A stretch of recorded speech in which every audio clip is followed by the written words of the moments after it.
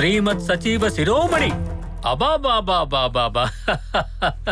అంటే ఈ సంవత్సరం కూడా ఈ బిరుదు మమ్మల్నే వరించింది.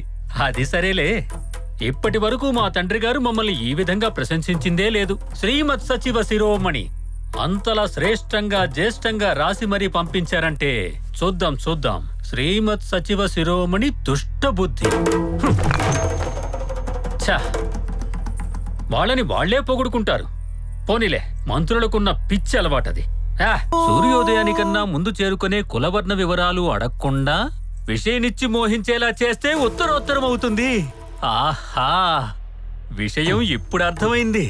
ఆహా, అంటే దీనర్థం వచ్చినతనికి నా చెల్లి విషయనిచ్చి వీలైనంత త్వరగా వివాహం జరిపించాలని. ఏం చెయ్యాలి? ఆలోచించాల్సిందే. ఎందుకంటే అన్న స్థానంలో నేను బాగా ఆలోచించి అడిగెయ్యాలి. బ్రహ్మప్రజ్ఞులను పిలవండి, బ్రహ్మప్రజ్ఞులను పిలవండి.